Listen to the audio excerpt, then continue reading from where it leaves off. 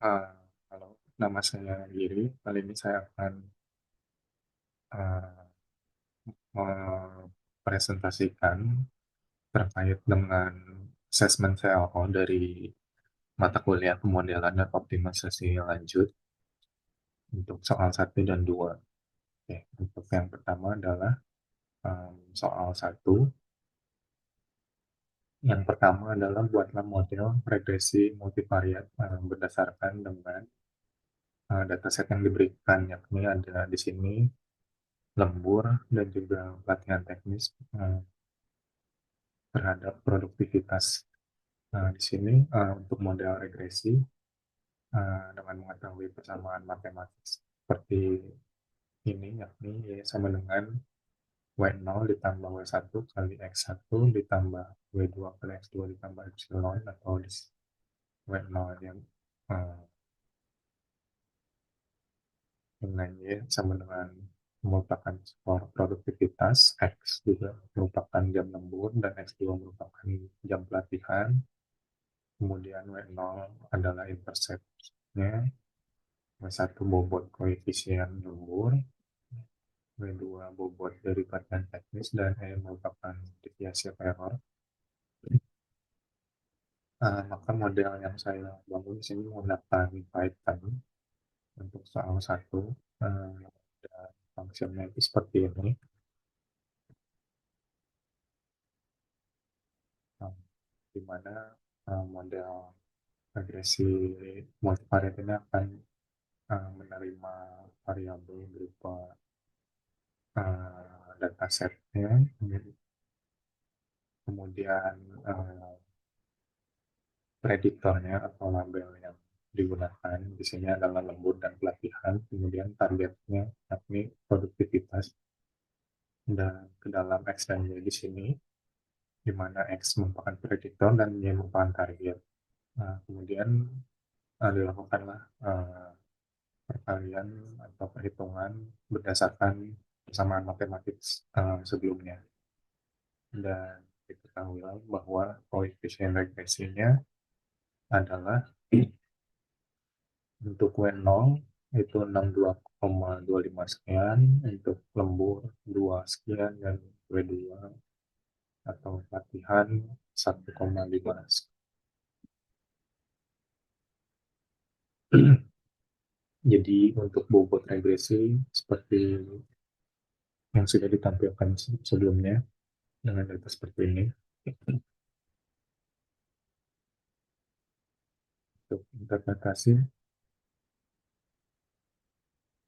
ketika kita sudah mengetahui bobot dari masing-masing berdasarkan dataset dan perhitungan Python, maka kita bisa masukkan ke dalam rumus ini bahwa produktivitas ini merupakan tadi bobot W0 atau intercept 62,25 ditambah lembur dikali W1, atau di sini bobotnya 2, sekian, dan pelatihan dikali W2 dengan bobotnya 1,5 sekian.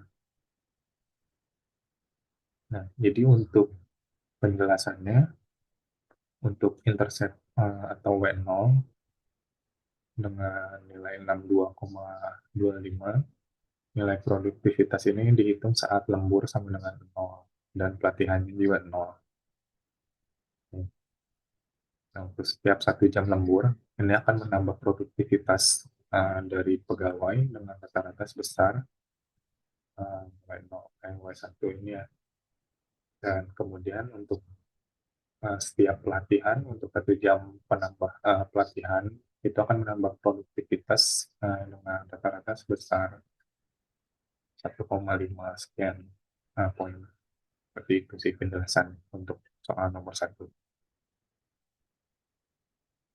Oke, sekarang lanjut ke soal nomor 2, di mana dataset yang diberikan merupakan suatu dataset perhitungan dari energi listrik terhadap konsumsi listrik terhadap beberapa label di sini seperti temperatur, kelembapan udara, kemudian curah hujan, dan kecepatan angin seperti itu. Oke, soal yang pertama, korelasi antara komponen cuaca, temperatur, humidity, dan lain sebagainya. Di sini saya menggunakan Python lagi untuk membangun modelnya.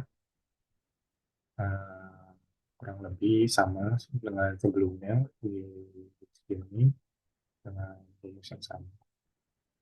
Memiliki input X dan Y, di mana X merupakan label dan Y merupakan output atau electric consumption-nya. Dan setelah eh, model ini, didapatilah bahwa datanya tuh hasilnya seperti ini untuk korelasinya, di mana temperatur ini memiliki korelasi dengan 0,65 sekian, humidity 0,3 sekian, curah hujan 0,07, dan wind speed 0,09. Nah, dari nilai ini kita bisa simpulkan bahwa uh, temperatur ini merupakan suatu konsumsi listrik yang cenderung meningkat ketika ada uh, berkaitan dengan temperatur. Kemudian untuk curah hujan dan kecepatan angin tidak ini mempengaruhi listrik consumption, tapi tidak terlalu signifikan. Untuk kelembapan ini hampir tidak berpengaruh terhadap konsumsi listrik.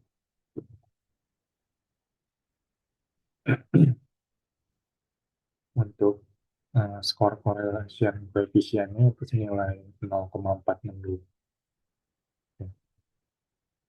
Model regresi seperti yang sebelumnya. Uh, di sini ada saya bagi ke beberapa function.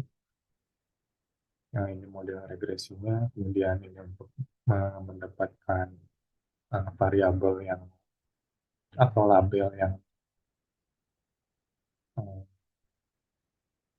yang paling berpengaruh, dia yakni di mana tadi adalah temperatur. Kemudian ini untuk korelasinya, untuk menghitung korelasi.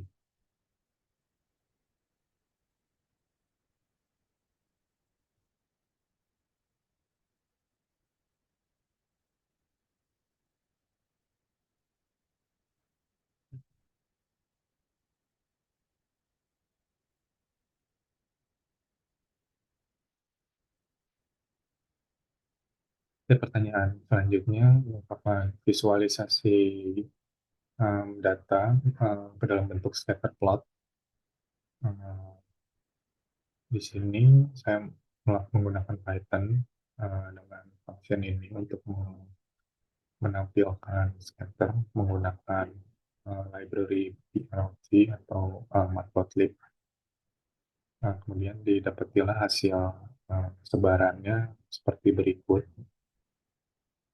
Kemudian pertanyaan selanjutnya untuk visualisasikan persamaan garisnya atau hasil model regresi dengan code yang sama. Ini menambahkan di sini ada X line dan Y line untuk menentukan titik garis.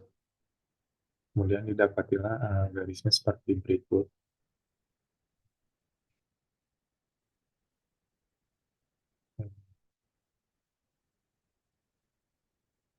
Berdasarkan konsumsi listrik terhadap temperatur.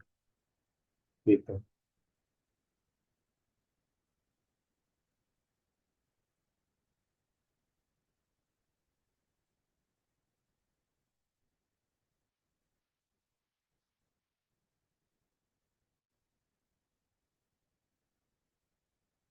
Yang tertinggi ya, di mana koefisien tertinggi ini adalah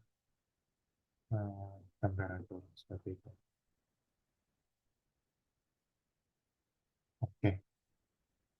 Jadi untuk pembahasannya, di sini saya buat kesimpulan bahwa R, R kuadrat atau skor correlation coefficient memiliki nilai yang tadi sebesar 0,42 sekian, artinya sekitar 42% variasi atau fluktuasi pada konsumsi ini dapat dijelaskan oleh perubahan temperatur saja. Sisanya 57% dipengaruhi faktor lain yang tidak berkaitan dengan label yang diberikan di atas. Menjelaskan bahwa model ini tidak cukup komprehensif terhadap dataset, jadi kurang cocok antara model regresi linear terhadap dataset diberikan. Kemudian untuk nilai slope atau koefisien regresi itu sebesar 74,8,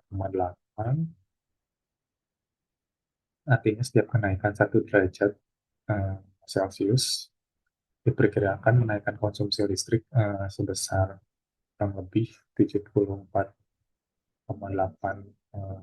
megawatt. Koefisien ini signifikan secara statistik karena R besar dan P lebih kecil. Tapi secara praktik memiliki margin error karena skor correlation coefficient-nya sedang.